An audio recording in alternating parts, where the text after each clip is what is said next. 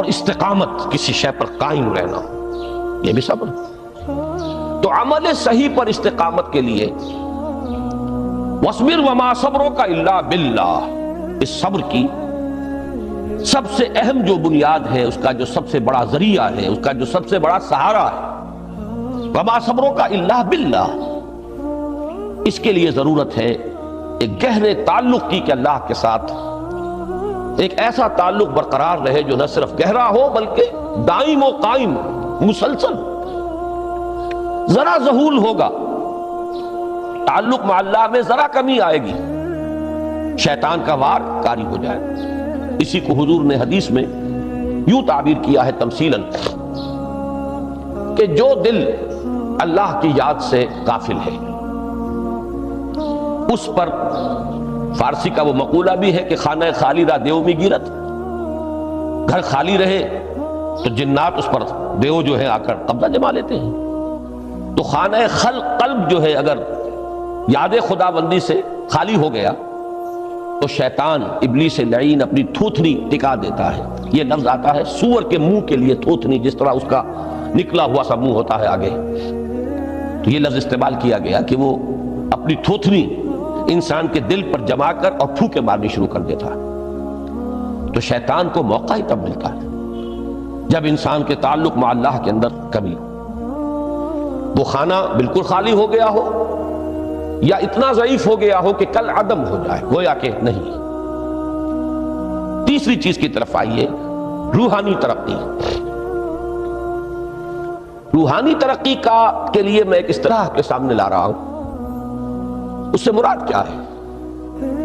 روحانی ترقی کے لیے ہماری دینی اصطلاح ہے تقرب الی اللہ، اللہ سے قریب تر ہوتے چلے جانا۔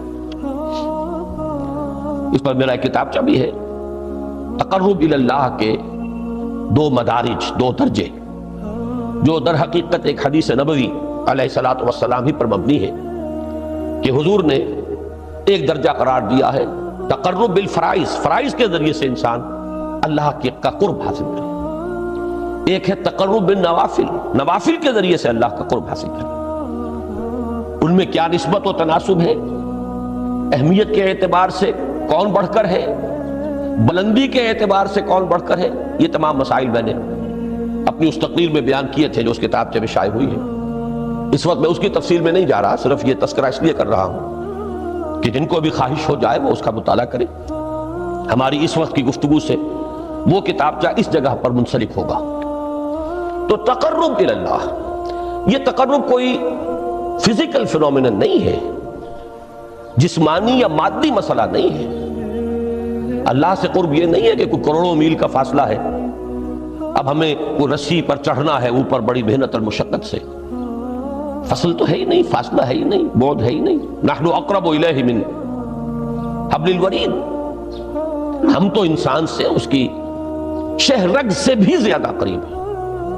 ہوا معکم اینما کنتم، وہ تو تمہارے ساتھ ہی ہوتا ہے جہاں کہیں بھی تم ہو، بس صرف یہ کہ تمہاری توجہ نہیں ہوتی، تم اور چیزوں میں مشغول و مصروف رہتے ہو، تم ہماری طرف دھیان ہی نہیں دیتے، تم ہماری طرف متوجہ ہی نہیں ہوتے۔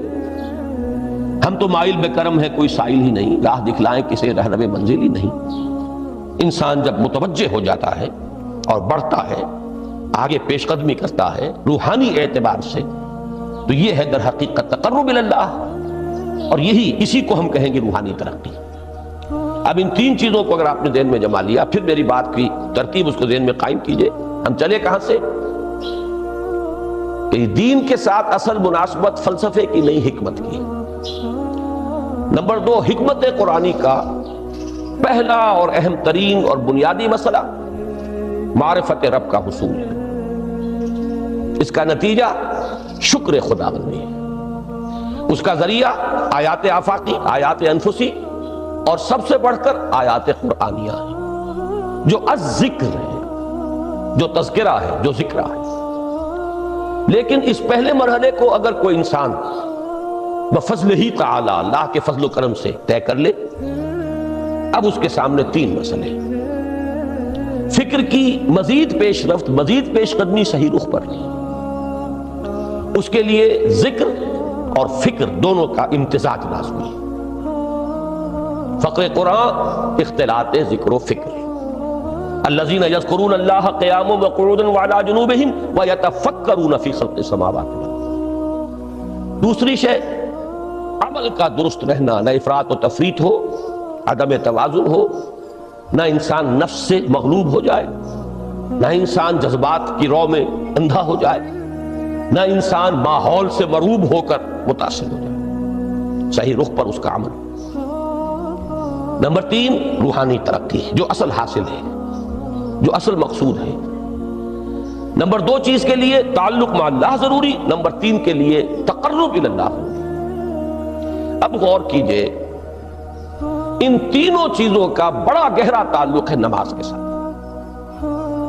ان تینوں کے لیے ستون کی حیثیت نماز کو ہے۔ لہذا ایمان کے بعد یا معرفت رب کے بعد حکمت دین کا اہم ترین مسئلہ نماز، صلاۃ۔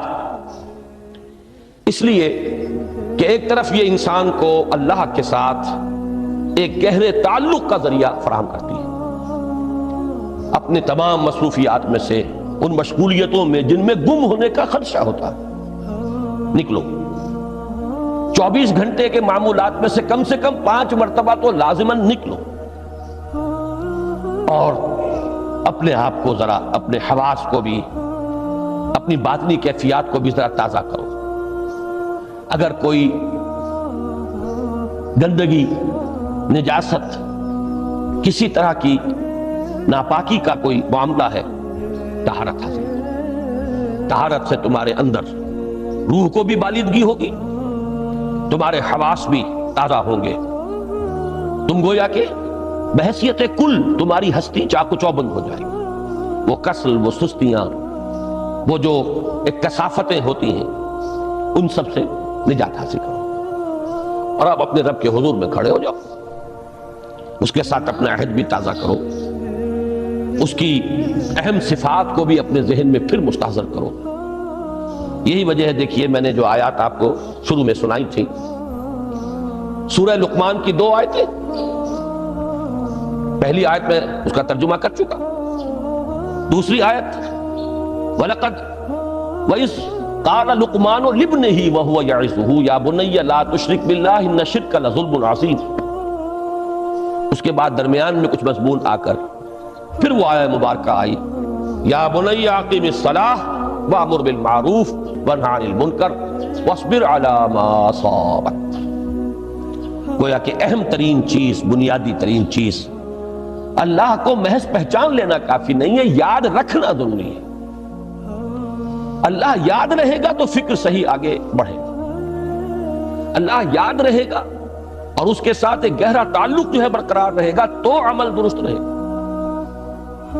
بالکل یہی بات سورہ طٰہٰ میں جو پہلی وحی حضرت موسیٰ علیہ السلام پر ہوئی، اور پہلا مخاطبہ ہے، چونکہ حضرت موسیٰ کو یہ انبیاء کرام کے مقدس گروہ میں ایک امتیازی حیثیت حاصل ہے کہ ان سے براہ راست گفتگو ہوئی ہے، اگرچہ صرف ایک پردہ تھا، اوٹ من ورائے حجاب گفتگو ہوئی ہے، لیکن یہ کہ کوئی فرشتے کا درمیانی جو ہے وہ لنک نہیں تھا، براہ راست اللہ تعالیٰ نے حضرت موسیٰ علیہ السلام سے کلام فرمایا۔ کلم اللہ موسیٰ تکلیما، موسیٰ سے تو اللہ نے کلام فرمایا جیسے کہ کلام کیا جاتا ہے۔ تو پہلا مخاطبہ ہے، یہ پہلا مکالمہ ہے، پہلی وحی کہیے، اسی میں یہ الفاظ بھی موجود ہیں، اننی انا اللہ لا الہ الا انا فاعبدنی واقم الصلاۃ لذکری۔ یہ گویا کہ حکمت قرآنی کا ایک بہت بڑا خزانہ ہے یہ آیت مبارکہ، کہ خود حضرت موسیٰ علیہ السلام کو جو ہدایت دی جا رہی ہے، میں ہوں، میں اللہ، اننی انا اللہ لا الہ الا انا، میرے سوا کوئی معبود نہیں، فاعبدنی، بس میری بندگی، میری عبادت، میری پرستش، میری محبت، اس کو اختیار کرو۔ وَأَقِمِ الصَّلَاةَ لِذِكْرِي، اور نماز کو قائم رکھو میری یاد کے لیے۔ بلکہ اسی سلسلہ کلام میں آگے چل کر سورہ طٰہٰ میں آتا ہے، کافی گفت و شنید کے بعد جب حضرت موسیٰ نے کچھ معذرت بھی کی، کچھ دعائیں بھی کی، اللہ نے ایک دعا قبول بھی کی کہ ان کے بھائی کو بھی شریک کر دیا، حضرت ہارون کو بھی۔ اس کے بعد پھر جب فرمایا کہ اب جاؤ فرعون کی طرف، تو اس میں فرمایا وَلَا تَنِيَا فِي ذِكْرِي، اور دیکھنا یہ جو عظیم مشن تمہارے کندھے پر آ گیا ہے، بڑا بھاری اور کٹھن ایک فرض ہے جو تم پر عائد ہو گیا ہے، اس کے لیے سب سے بڑی تمہارے پاس جو قوت کا ذریعہ ہے وہ نماز ہے۔ اقیم فَلَا تَنِيَا عَنْ ذِكْرِي، میری یاد میں کبھی غفلت نہ کرنا، اس میں کبھی کوئی کمی نہ آنے دینا۔ جیسا کہ میں نے عرض کیا تھا کہ جیسے ہی وہ تعلق جو ہے کمزور پڑتا ہے یا منقطع ہو جائے معاذ اللہ، تو پھر انسان گویا کہ شیطان کے لیے ایک لقمہ تر بن جاتا ہے۔ اب آپ غور کیجئے، تیسری شے تقرب الی اللہ، اس کے حوالے سے بھی جو فرائض اور نوافل کی بات ہے اس کو اس وقت ذہن سے نکال کر یہ سمجھیے کہ اس میں نماز کا کیا مقام ہے، اس لیے کہ نماز فرض بھی ہے، نماز نفل بھی ہے، وہ تو دونوں میں شریک ہو جائے گا۔ اب اس کو لفظ صلاۃ کے حوالے سے آپ ان دونوں چیزوں کو سمجھیے۔ صاد لام واو یا یہ چونکہ حروف علت ایک دوسرے سے بدلتے رہتے ہیں، یہ جو مادہ ہے اس کی جو خالص لغوی اصل ہے، جو خالص عربی زبان میں اس کا بنیادی مفہوم ہے، وہ آگ جلانا یا آگ تاپنا یا آگ سینکنا، حرارت حاصل کرنا۔ لہذا بار بار آتا ہے جہنم کے ذکر میں اسلوہا، اب جلو اس میں، تاپو اس کو، یہ سینکے گی تمہیں۔ بلکہ تفتلون کا لفظ آیا ہے حضرت موسیٰ کے کلام میں، جب وہ گئے تھے کوہ طور پر، جب پہنچ گئے تو تھے آگ تک کی تلاش میں، لعلکم تفتلون، تو اپنے اہل خانہ سے یہی کہا تھا کہ مجھے کہیں وہ روشنی نظر آ رہی ہے، غالباً کوئی وہاں سے آگ مل سکے گی، ورنہ یہ کہ کوئی رہنمائی کو رستہ مجھے مل سکے گا، میں وہ آگ لے آؤں گا، کوئی چنگاری وہاں سے لے آؤں، لعلکم تفتلون، تاکہ تم، اب یہ اصطلاح در حقیقت باب افتعال ہے، اور یہ تے یہاں پر توئے کی شکل اختیار کر گئی، تا نے توبن کی صورت اختیار کی صاد کی وجہ سے۔ بہرحال اس کا سب سے بنیادی مفہوم جو ہے وہ ہے تاپنا، سکائی حاصل کرنا، حرارت۔ اس کے حوالے سے سمجھ لیجئے کہ سب سے بنیادی تعلق اس کا جو ہے وہ روح کے ساتھ ہے۔ روح میں محبت خداوندی کی آگ اگر ٹھنڈی پڑ گئی ہو، اگر محبت خداوندی کی حرارت میں کمی ہو رہی ہو، تو اس کو اثر نو، جس کو کہ میں آج سوچ رہا تھا تو ایک لفظ ذہن میں آیا کہ جیسے بیٹری اس کو ریچارج کیا جاتا ہے، اسی طریقے سے روح کے اندر محبت خداوندی کی اس حرارت کو اثر نو تازہ کرنا، یہ ہے در حقیقت نماز کا اصل مقصد۔ اس لیے کہ اس لفظ کا بنیادی مفہوم، اصل لغوی مفہوم تو یہ، اگرچہ اس کا سب سے زیادہ کثرت سے جو استعمال ہوتا ہے، اور لفظ صلاۃ جس سے در حقیقت جس تصور پر مبنی ہے وہ ہے اقدام، کسی کی طرف متوجہ ہونا اور پھر دعا۔ صلاۃ کا سب سے قریبی مفہوم لفظی جب بیان کیا جائے گا، اس سے مراد، اس کے معنی، تو دعا اس میں اہم ترین ہے۔ کسی کی طرف توجہ کرنا، مناجات کرنا، گفتگو کرنا، مخاطبہ، مکالمہ، دعا، یہ در حقیقت صلاۃ کا سب سے بڑا اصطلاحی مفہوم ہے۔ لیکن جو اس کا مادہ ہے، صاد لام واو یا صاد لام یا، اس کا اصل مفہوم جو ہے وہ تاپنا، حرارت حاصل کرنا۔ تو ان دونوں کے حوالے سے عرض کر رہا ہوں، وہ تاپنا اور حرارت حاصل کرنا وہ ہے روح کے اعتبار سے۔ وہ جو کہا اقبال نے کہ بجھی عشق کی آگ اندھیر ہے، مسلمان نہیں راہ کا ڈھیر۔ یہ عشق کی آگ جب بجھ جاتی ہے، در حقیقت یہی تو انسان کی روحانی موت ہے۔ جب یہ نہ رہے تو چاہے منطق میں بہت انسان ماہر ہو، مجھے اقبال کا ایک شعر یاد آیا تقابل کرتے ہوئے، ایک انسان محکوم اور ایک انسان حر، آزاد انسان، ان کی نفسیات میں جو بنیادی فرق علامہ اقبال نے مختلف مواقع پر بیان کیے ہیں۔ محکوم ہے بیگانہ اخلاص و مروت، ہر چند کے منطق کی دلیلوں میں ہے چالاک۔ تو منطق کی دلیلوں میں انسان چالاک ہو جائے اور وہ لغت ہائے حجازی کا وہ ایک خزانہ بن جائے، اسے تمام الفاظ کے معنی یاد ہوں، وہ بڑے مسائل فقہ کے اسے ازبر ہو، جزیات بے انتہا جزیات جو ہے وہ مستحضر ہو، فلسفے کے بڑے بڑے مسئلے اس نے حل کر لیے ہوں، لیکن اگر روح میں وہ اللہ کی محبت کی آگ نہیں ہے، وہ تپش نہیں، بجھی عشق کی آگ اندھیر ہے مسلمان نہیں راکھ کا ڈھیر۔ اسی کے حوالے سے آج مجھے یاد آیا تھا کہ وہ جو بڑی سادہ سی ایک نظم ہے، اللہ تعالیٰ سے دعا یا رب دل مسلم کو وہ زندہ تمنا دے، اس میں بھی جو الفاظ آئے ہیں جو روح کو گرما دے اور قلب کو تڑپا دے، یہ ہے اصل جو مقصود ہے نماز کا۔ اور یہی وہ چیز ہے جیسا کہ میں نے عرض کیا تھا کہ نگاہوں سے اوجھل، یہ پہلو سامنے ہے ہی نہیں، دوسرا پہلو سامنے ہے اور وہ بھی میرے نزدیک بہت اہم ہے، بہت بنیادی ہے، اس میں کوئی شک نہیں، لیکن یہ ہے بلند ترین منزل کہ تقرب الی اللہ۔ اس کے لیے در حقیقت یہ کس لیے درکار ہے؟ روح کے اندر عشق کی حرارت اور گرمی تازہ ہو۔ بسا اوقات یہ اندر دب جاتی ہے، جیسے انگارہ ہوتا ہے آگ کا، اس کے اوپر خاک اور راکھ آ جاتی ہے، اندر کچھ ہوتی ہے، آگ دبی ہوئی سمجھ، آگ بجھی ہوئی نہ جان، اس دبی ہوئی آگ کو پھر ایک شعلہ بنانا، پھر اس کے اندر ایک حیات تازہ پیدا کرنا، یہ ہے نماز کا اہم ترین اور بلند ترین مقصد۔ لیکن اس کے ساتھ ہی اس نماز میں ذکر ہونا، اس کا یہ ذکر ہے، اور ذکر کی جب میں فہرست بیان کیا کرتا ہوں بہت سے حضرات کے سامنے ہوگا کہ ذکر کا در حقیقت مفہوم ہے استحضار اللہ فی القلب۔ ہمارے ہاں غلطی سے جو ذرائع ذکر ہے انہیں ذکر قرار دے دیا گیا ہے۔ نماز ذکر نہیں ہے، نماز ذکر کا ذریعہ ہے۔ اقیم الصلاۃ لذکری، نماز قائم کرو میرے ذکر کے لیے۔ یہ اللہ اللہ کہنا یا ادعیہ معصورہ جو حضور صلی اللہ علیہ وسلم کی مسنون دعائیں ہیں، انہیں اپنے تمام معمولات دنیاوی کے ساتھ ساتھ ان دعاؤں کو بھی انسان پڑھتا رہے، اللہ سے دعا کرتا رہے، یہ تمام ذرائع ذکر ہیں۔ سبحان اللہ الحمدللہ الحمدللہ، اس کا آپ ورد کیجئے، یہ بھی ذریعہ ذکر ہے۔ حقیقت میں ذکر ہے استحضار اللہ فی القلب، اللہ کو دل میں لے آنا، اللہ کو دل میں حاضر کر لینا، اصل میں تو ترجمہ ہوگا، لیکن حاضر جاننا، یہ کیفیت جو ہے انسان کو حاصل ہو جائے۔ اب اس کے حوالے سے ذرا بات سمجھیے کہ ایک تو میں عرض کر چکا ہوں مجسم ذکر تو قرآن ہے، لہذا ذکر کی فہرست جب آپ کریں گے ذرائع ذکر تو ان میں سب سے پہلے قرآن آئے، اس لیے کہ وہ ہماری حکمت کے پہلے مسئلے کو حل کر رہا ہے، بنیادی مسئلہ، اہم ترین مسئلہ۔ دوسرے نمبر پر ذکر جو ہے، اب اس کے لیے کچھ اصطلاحات جو میرے مختلف دروس میں شاید آپ کے سامنے بعد میں آئیں یا پہلی آ چکی ہوں، ان کے حوالے سے میری بات سمجھیے۔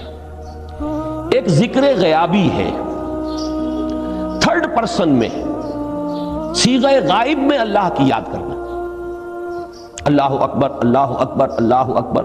ابھی اللہ اکبر جو ہے یہ جملہ اسمیہ خبریہ ہے، ایک حقیقت کی تکرار آپ کر رہے ہیں، اللہ سب سے بڑا ہے، اللہ سب سے بڑا ہے، سبحان اللہ سبحان اللہ سبحان اللہ۔ یہ در حقیقت ذکر غیابی ہے کہ آپ اس میں مخاطب نہیں ہے اللہ سے، ایک ذکر خطابی کہیں یا ذکر حضوری کہیں، جس میں مکالمہ ہوگا، جس میں گفتگو ہوتی ہے۔ تو نماز در حقیقت ذکر حضوری اور ذکر خطابی کی بلند ترین شکل،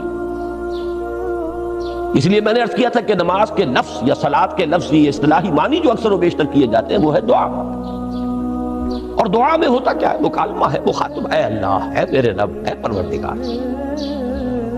پھر یہ کہ اس میں اقدام اور کسی کی طرف متوجہ ہونا، یہی وجہ ہے کہ افتتاح صلاۃ، نماز کو شروع کرنے کے لیے ایک تو وہ الفاظ جو قرآن مجید میں آئے ہیں، انی وجہت وجہی للذی فطر السماوات والارض حنیفا وما انا من المشرکین، یہ ہے توجہ کا ارتکاز، بشرطے کہ یہ صرف الفاظ ہی نہ نکل رہے ہوں، واقعتاً یہ تعبیر ہو اس وقت کی انسان کی نفسیاتی کیفیت کی، کہ شعوری طور پر وہ فیصلہ کرتا ہے کہ اب میں منقطع ہو رہا ہوں، ہر چہار طرف سے اپنی توجہ کو ہٹا کر، ہر مسئلے سے اپنے آپ کو خالی و ذہن کر کے یعنی ظاہری اور باطنی دونوں اعتبار سے میں اپنی توجہ کا ارتکاز کر رہا ہوں اس ذات کی طرف جس نے آسمان اور زمین کو پیدا کیا اور بالکل یکسو ہو کر رہا ہوں۔ انی وجہت وجہی للذی فطر السماوات والارض حنیفا وما انا من المشرکین۔ اور دوسری وہ جو دعا جس سے ہم افتتاح کرتے ہیں اپنی نماز کا، دیکھیں اس میں خطاب کا کس قدر اہتمام، وہاں سبحان اللہ نہیں ہے، سبحانک اللہم، پاک ہے تو اے رب ہمارے، وبحمدک وتبارک اسمک وتعالی جدک۔ غور کر رہے ہیں، یہ ہے تخاطب، براہ راست مخاطب ہونا۔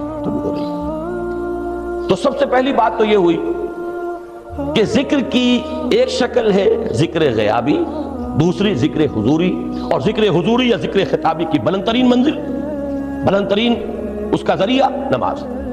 اس کو ایک پہلو سے اور سمجھ لیجئے، سورہ فاتحہ جب پھر ہم پڑھتے ہیں جسے الصلاۃ کہا گیا ہے، جو لب لباب ہے، خلاصہ ہے، اس میں پھر تدریجاً غیاب سے حضور کی طرف پیش قدمی ہوتی ہے۔ الحمدللہ رب العالمین الرحمن الرحیم مالک یوم الدین، یہ ذکر غیابی ہے، اس میں ابھی خطاب نہیں آیا، یہ وہی جملہ اسمیہ ہے۔ کل تعریف اس اللہ کے لیے ہے جو تمام جہانوں کا پروردگار ہے، مالک ہے، جو رحمان ہے، رحیم ہے، جزا و سزا کے دن کا مختار و مالک ہے۔ اب یہ غیاب سے حضور کی طرف، ایاک نعبد و ایاک نستعین اہدنا الصراط المستقیم، یہ ہے وہ۔ اب پہلے ایک معاہدہ ہے، ایک اقرار ہے، اعتراف ہے، وعدہ ہے، اور پھر دعا ہے، استدعا ہے کہ حضور نے فرمایا، یقول اللہ تعالی، اللہ یہ فرماتا ہے، اسی لیے اس کو حدیث قدسی کہیں گے، قسمت الصلاۃ بینی و بین عبدی نصفین، میں نے نماز کو اپنے اور اپنے بندے کے مابین آدھا آدھا تقسیم کر لیا ہے۔ اب یہاں تک تو جملہ ہے اللہ کا، یہ ہے حدیث قدسی۔ اب آگے جو ہے نریشن اس کی جو ہے حضور صلی اللہ علیہ وسلم کی جانب سے ہے، یعنی خبر دے رہے ہیں اللہ کی طرف سے ہی۔ ویسے تو تمام احادیث ہی گویا کہ ہم سمجھتے ہیں انسپائرڈ تو اللہ کی طرف سے ہی، لیکن یہ کہ جہاں صراحت ہو کہ اللہ کہتا ہے وہ حدیث قدسی ہے۔ تو یقول اللہ تعالی قسمت الصلاۃ بینی و بین عبدی نصفین، یہاں تک تو حدیث قدسی ہے۔ اب دوسری عام حدیث ہے، اذا قال العبد الحمد للہ رب العالمین یقول اللہ تعالی حمدنی عبدی، جب بندہ کہتا ہے الحمدللہ رب العالمین، پروردگار کہتا ہے میرے بندے نے میری حمد کی۔ جب بندہ کہتا ہے الرحمن الرحیم، پروردگار فرماتا ہے ثنا علی عبدی، میرے بندے نے میری ثنا کی، بڑی تعریف کی۔ جب بندہ کہتا ہے مالک یوم الدین، اللہ فرماتا ہے مجدنی عبدی، میرے بندے نے میری بڑی بزرگی بیان کی ہے، تمجید کی ہے۔ پھر جب بندہ کہتا ہے ایاک نعبد و ایاک نستعین، اللہ فرماتا ہے ھذا ما بینی و بین عبدی ولعبدی ما سأل، یہ ہے میرے اور میرے بندے کے درمیان۔ یہ تو معاہدہ ہے نا، معاہدے میں تو دو فریق جکڑے جاتے ہیں، بند جاتے ہیں، یہ میرے اور میرے بندے کے درمیان ہے، اور میرے بندے نے جو طلب کیا میں نے دیا، اس لیے کہ اس میں طلب بھی تو ہے، ایاک نستعین، تیری مدد چاہتے ہیں، یہ طلب ہے، اسی کی شرح ہے جو اب آخری تین آیتیں ہیں۔ پروردگار ہم تیری مدد چاہتے ہیں، پروردگار ہم تیری ہی بندگی کرتے ہیں اور کریں گے، اور تیری ہی مدد چاہتے ہیں، چاہیں گے۔ اگر حال میں اس کا ترجمہ کریں گے زمانہ حال کے اعتبار سے، اس لیے کہ فعل مضارع میں تو دونوں موجود ہیں، شامل ہیں، تو یہ ایک اعتراف ہے، اظہار حال ہے۔ اللہ کرے کہ وہ واقعتاً صحیح اظہار حال ہو، ہم واقعی اللہ کی بندگی کرتے ہوئے یہ کہیں کہ ایاک نعبد، ورنہ اگر ہماری اصل صورتحال سے وہ مطابقت نہ رکھتا ہو تو پھر تو ایک طرح کا جھوٹ ہو جائے گا، غلط بیانی ہو جائے گی۔ ایاک نعبد، تیری ہی بندگی کرتے ہیں، اور مستقبل میں کیجئے، کریں گے، یہ ہے عہد، تیری ہی مدد چاہتے ہیں، تجھی سے مدد طلب کرتے ہیں، تجھی سے مدد چاہتے رہیں گے۔ اس کے لیے فرمایا وَلِعَبْدِ مَا سَأَلَ۔ اور پھر اس کے بعد وہ استدعا ہے یا اہدنا الصراط المستقیم صراط الذین انعمت علیہم غیر المغضوب علیہم ولا الضالین. اس حدیث میں اس کو ایک ہی جملے کو لیا گیا ہے، ایک ہی جملے کی حیثیت سے.